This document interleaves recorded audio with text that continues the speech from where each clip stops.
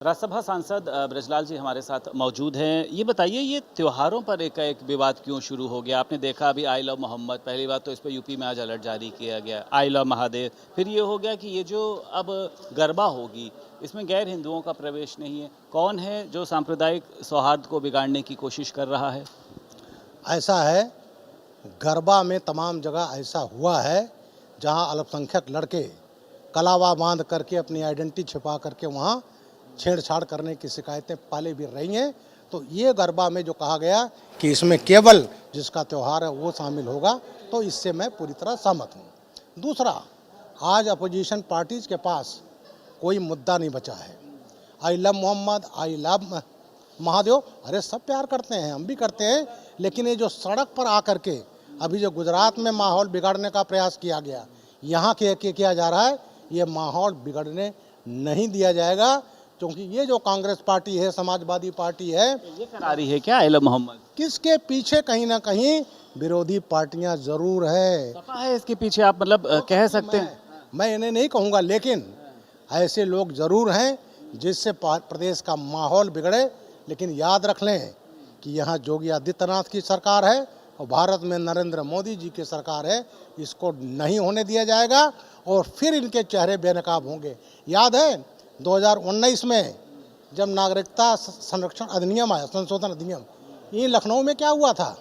बवाल किया था, गोलियां चलाई थी, अंदर भेजे गए और साथ ही साथ जो तोड़ फोड़ किए थे वो सब योगी आदित्यनाथ ने वसूल लिया। फंडिंग भी हो रही है आपको कुछ ऐसा? बिल्कुल होती है फंडिंग, ये विदेश से फंडिंग होती है, जिसको हम कहते हैं अंडर वर्ल्ड से होती है। तो ये फंडिंग विदेश से होती है। कहीं ना कहीं ये भारत की प्रगति कोई देख नहीं पा रहा है। आज हम दुनिया की चौथी अर्थव्यवस्था हैं, अमेरिका को कैसे दिखाई पड़ेगा? हमारे पड़ोसी ने तो 100% टैरिफ लगा दिया दवाइयों के ऊपर। कोई फर्क नहीं पड़ेगा, उनको अमेरिकन दौड़ा लेंगे, सबसे ज़्यादा नुकसान तो करेंगे अमेरिकन। और भारत ऐसा देश है जिसने कोरोना में 160 देशों को दवा एक्सपोर्ट किया, जिसमें अमेरिका भी था। भारत की दवा देखो, सबको दवा की ज़रूरत है, हमारे लिए मार्केट की कमी नहीं है।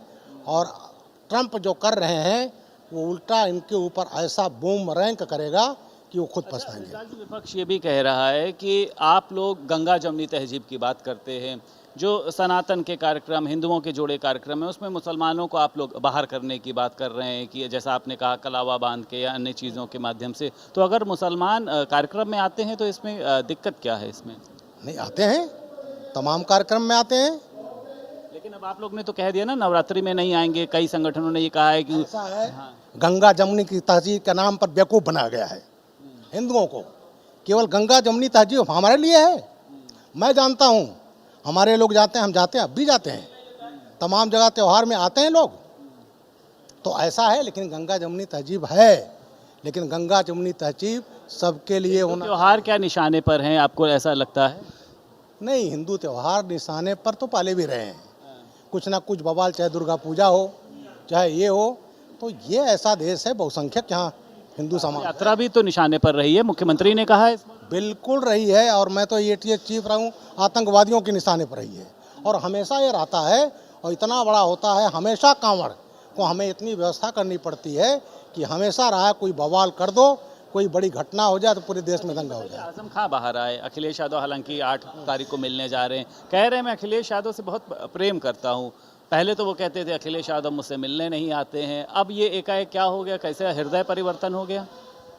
हृदय परिवर्तन नहीं, उनका है वोट।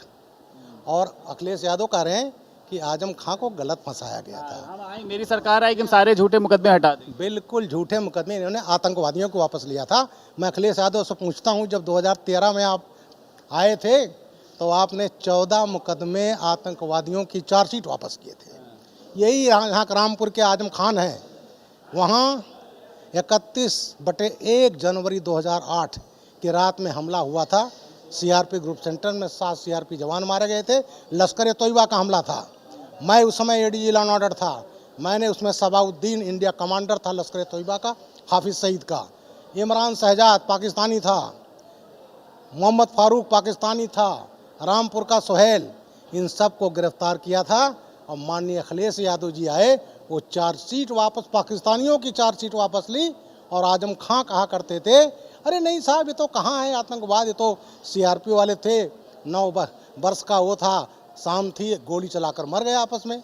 तो ये चीज़ें, और जो अखिलेश यादव ने मुकदमे वापस लिए, चाहे रामपुर हो, चाहे कचहरी ब्लास्ट हो, चाहे अयोध्या ब्लास्ट हो, चाहे गोरखपुर ब्लास्ट हो, इन सब में फांसी से लेकर के आजम कारावास तक की सज़ा हो गई। तो अखिलेश यादव, आप तो हमेशा में आतंकवादी पालते रहे हो, और झूठे केस नहीं होते, झूठे केस में 2 साल जेल में नहीं रहता। तो आपकी आदत है आतंकवादियों के मुकदमे वाले लेने की, माफिया पालने की। समाजवादी पार्टी में क्या संत थे अतीक अहमद?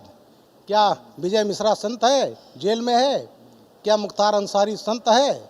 तो तमाम बड़े बड़े माफिया और तो ददुआ जैसे अपराधी को जो उसमें, जो हमें लोगों के बाद मुठभेड़ में मारा गया, उसके भाई भतीजे सबको आपने माननी बनाया।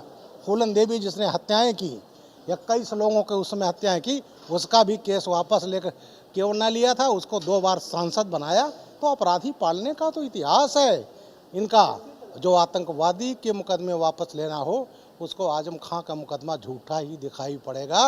वो आजम खां जिसने 6 सितंबर 2016 को हज हाउस के उद्घाटन के समय गाजिया बाबा साहब को माफिया कहा था। तो ये अखिलेश यादव जी, या पीडीए तुम्हारा जो है, ये है परिवार डेवलपमेंट अथॉरिटी। इस चीज़ को पीडीए के लोग, खासकर दलित, अच्छी तरह समझता है। दलित कैसे भूलेगा जब 1 लाख दलितों को रिवर्ट किया था आपने, बेइज्जत किया था।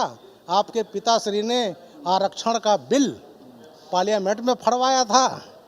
तो अखिलेश जी केवल पीडीए पीडीए कहते रहिए, ये चीज़ें आज कोई, चाहे कोई भी समाज का हो, इस चीज़ को गले नहीं उतरे। बहुत शुक्रिया बात करने के लिए। हमारे साथ राज्यसभा सांसद ब्रजलाल जी मौजूद थे। लखनऊ से वीडियो जर्नलिस्ट पंकज निगम के साथ संदीप खेर, भारत समाचार।